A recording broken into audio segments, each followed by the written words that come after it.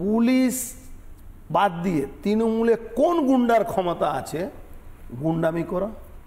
Police প্রোটেকশনের উপরে এরা গুন্ডামি করে।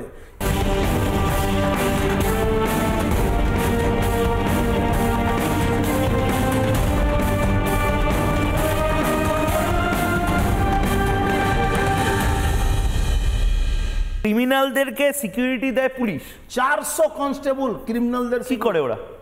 ওদের সঙ্গে থাকে। মানে কনস্টেবল মানে রাজ্য পুলিশের কনস্টেবল তাদেরকে অনঅফিসিয়ালি অফিসিয়াল বানিয়ে, অনঅফিসিয়ালি অর্ডার আছে, অফিসিয়াল মানে কোনো ক্রিমিনালকে 4খানা 5খানা দিয়েছে। তো এখানে যদি হঠাৎ করে ঠুকে দিয়ে চলে যায় কেউ, আর ঠুকে দিয়ে চলে গেলে তো সেটা পরে কথা। একটা ক্রিমিনাল যে দুবার এনডিপিএস খেয়েছে, সিপিএম জামানা খেয়েছে, তৃণমূলে জামানা খেয়েছে, সেই ক্রিমিনালকে মমতা ব্যানার্জি 2021-এর পরে, 2019-এর পরে, 2019-এ যখন 18টা হারলেন উনি, তখন 18টা হারার পরে এবার রিকভারি কি করে হবে? রিকভারি হওয়ার জন্য এই নেক্সাসটা উনি রেডি করলেন। একটা জায়গা নিজের পুলিশ অফিসারদেরকে বসালেন, তারা এই পাতি ক্রিমিনালদেরকে, আমরা মানে মাঝে মাঝে ওই হিন্দি ওয়ার্ড ঢুকে যাচ্ছে, পাতি ক্রিমিনালদের হিন্দিতে কি বলে? পাতি ক্রিমিনাল, পেতি মানে ये लोग सब পেতি ক্রিমিনাল, মানে একদম মানে টুটি চোর যাকে বলা যায়। এই যে জয়ন্ত সিং এর খাটাল আছে, সেখান থেকে এত বড় বাড়ি টাড়ি, মানে আমি বলছি এই দবদবা, মানে আমি না দবদবা কিছু না, সবটা পুলিশ আর তৃণমূলের নেতারা। আচ্ছা, এটা কেন আপনি আমাকে প্রশ্ন করছেন? আপনার তো মমতা ব্যানার্জিকে প্রশ্ন করা উচিত। 10 দিন আগে উনি বলেছেন তুই চোর, ওই মন্ত্রী চোর, ওই লোক পয়সা নিয়ে বসাচ্ছে, ওই পুলিশ চোর, ওই আইপিএস চোর, ওই ইন্সপেক্টর চোর। আপনি আমাকে কেন এই প্রশ্নটা দিয়েছেন? ওনাকে প্রশ্ন করুন না। আরেকটা কথা বললে কি রেগে যাবেন? অর্জুন সিংকে যদি আমি চোর বলে দিই, মানে প্রশ্ন করি যে আপনিও কি তৃণমূলে থাকতে চুরি করেছেন? দেখুন, এই প্রশ্নটা আমার রাগার কোনো ব্যাপার নেই।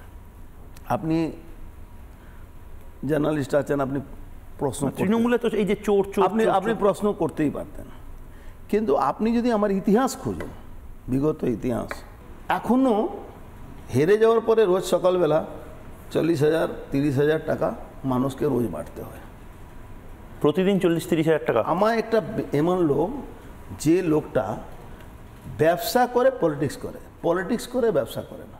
আরেকটা জিনিস আমি দর্শকদের শুধু একটু বলে দিই, এটা অনেকেই হয়তো জানেন না, এই গল্পটা যদি ছোট্ট করে 1-2 মিনিটে যদি বলতে পারেন। আপনার 3 প্রজন্ম ধরে, মানে আপনার দাদু ব্রিটিশদেরকে মানে ব্রিটিশদের কন্ট্রাক্টর ছিলেন এই ব্যারাকপুরে। তারপরে মানে 3 প্রজন্ম ধরে আপনারা শুধু ওই এখনকার দিনে এই যেই ক্রাউড সাপ্লায়ার যেরকম থাকে, ঠিক সেরকমভাবে আপনারা এই শ্রমিক সাপ্লাই করে গেছেন ব্রিটিশদের আমল থেকে। তারপর থেকে জুট মিলের ব্যবসা। আমার গ্র্যান্ডফাদার, আমার দাদু দুজন বন্ধু ছিলেন, দুজন বাংলায় এরা, মানে নানা আর দাদা, দাদা মশাই আর ঠাকুরদা, এরা দুজনই ব্যবসায় মানুষ, ব্যবসা করতেন। একজন একটু স্ট্রং ম্যান ছিলেন, রেসলার ছিলেন।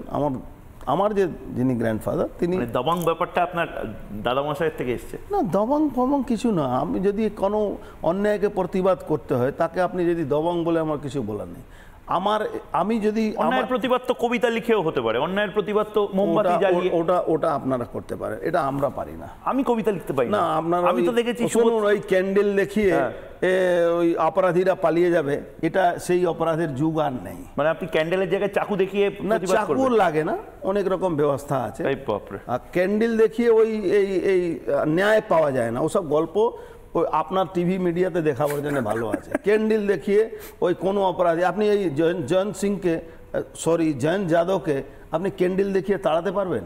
মদন মিত্রা তো তার ছেলে তাকে মালা পরাচ্ছে, কেউ বাড়ির লোক কেক খাওয়াচ্ছে, এরপরেও সম্ভব আছে, তৃণমূলেই সম্ভব আছে।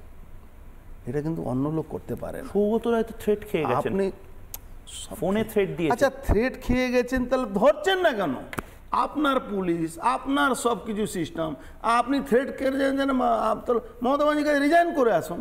কি আমি একজন এমপি, আমাকে থ্রেট দিচ্ছে, তুমি ধরছো না, তাহলে আমি তোমার এখানে এমপি থাকে লাভ কি আছে? আমার একটা আত্মসম্মান তো হবে। আমাকে একটা ক্রিমিনাল গালাগালি করবে, আমার আত্মসম্মান নেই। আপনাকে থ্রেট দিয়েছে কখনো কেউ? আমাকে থ্রেট দিয়েছে, সবটাকে আপনি আমার সঙ্গে মিলিয়ে দিন। আমি জানতে চাই, আপনাকে থ্রেট দিয়েছে কেউ? কালকে থেকে বিজেপি করবে না অর্জুন দা। আমাকে থ্রেট যদি দেয়, আমি তার জবাব দেব।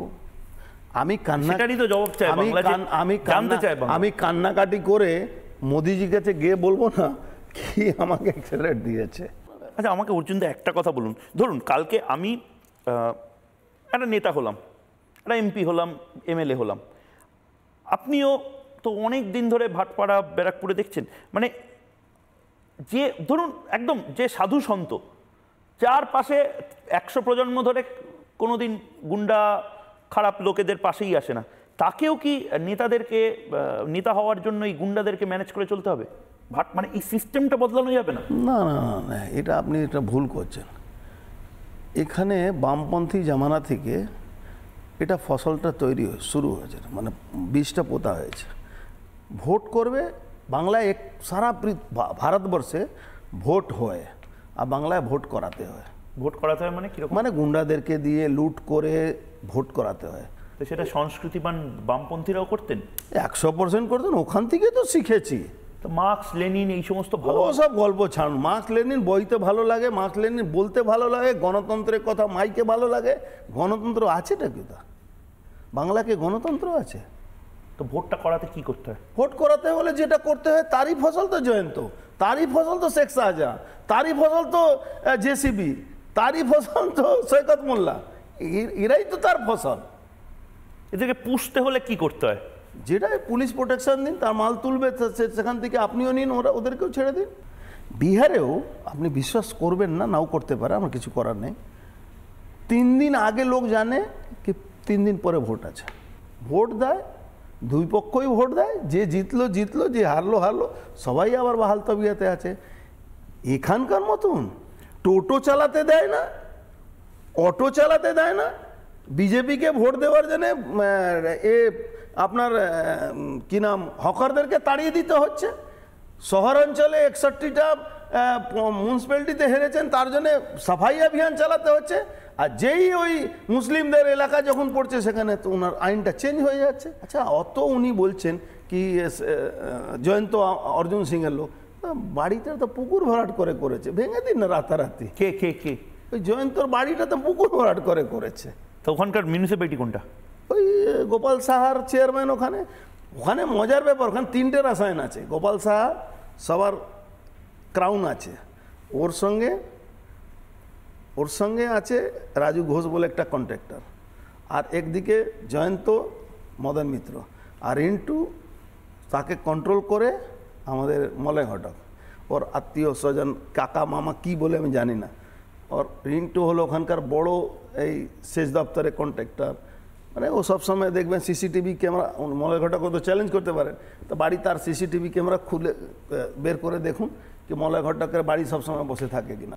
ও দুদিকে ব্যালেন্স করে। মদন মিত্রকে তো আবার মিডিয়ার ধরা উচিত, রিপাবলিকের ধরা উচিত, যে মদন দা আপনার বিরুদ্ধে তো লাগাতার অ্যালিগেশন আসছে। ধরে কি করবেন? মদন মিত্র তো কবে কি বলবে কোনো ঠিক আছে? কিন্তু মদন মিত্রর না আছে এখন মন্ত্রিত্ব, না আছে এমপিশিপ, একটা বিধায়ক আছেন, ওনার সাথে এই বাহুবলী বা এই যে পাতি ক্রিমিনাল আপনার কথায় বলছেন, এরা থাকবে কেন?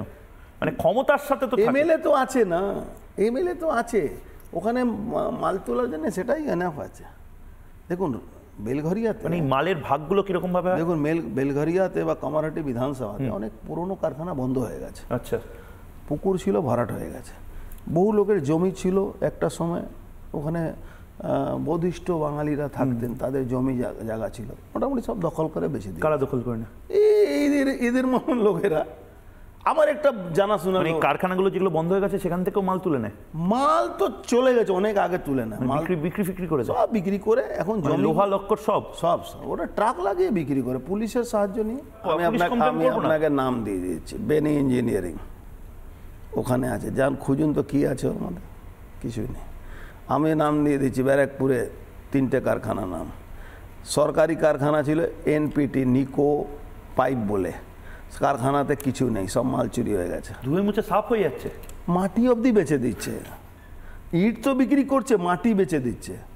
আর চলে আসুন রামস্বরূপ উৎপাদক, ট্রাক লাগিয়ে, জগদ্দলের বিধায়ক ট্রাক লাগিয়ে পুলিশকে সাহায্য নিয়ে কারখানাটা বিক্রি করলে ওই লোহা চুরি করা যায়, 4 জন খুন হয়েছে, একটাও এফআইআর হয়নি। কিন্তু দাদা এটা তো মানে গৌরীপুর জুট মিল, শুনে নিন আরও কথা শুনে নিন, গৌরীপুর জুট মিল সব শেষ।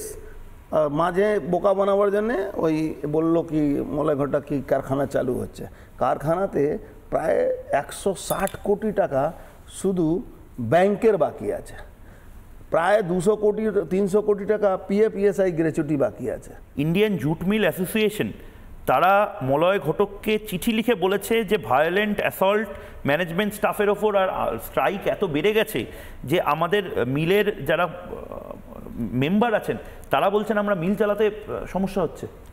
মলয় ঘটকের দায়ী, পুরোপুরি দায়ী।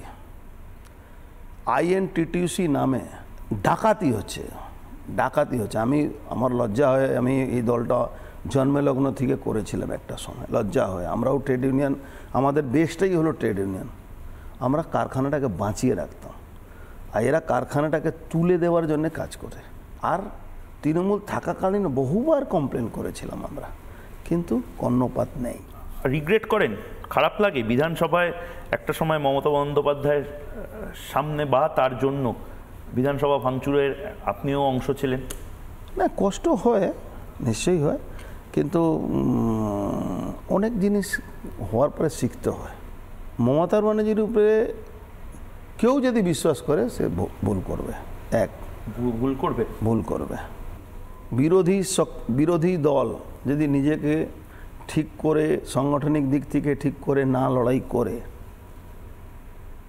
আর সকল যারা বামপন্থী যারা ঠিক ভোট আসলে নো ভোট টু বিজেপি করে এই ভোটগুলোকে ডাইভার্ট করে দিচ্ছে, নিজের সিপিএমের কাছে নিয়ে চলে যাচ্ছে, তার জন্যে যে বিজেপি ভোটগুলো কমে যাচ্ছে বা ভোট জিততে পারছে না, এইটা যদি থাকে বাংলার 3টে জিনিস হবে। প্রথম, বাংলা একটা ইন্ডাস্ট্রি থাকবে না, যে ইন্ডাস্ট্রি ছিল সবটা শেষ হয়ে যাবে।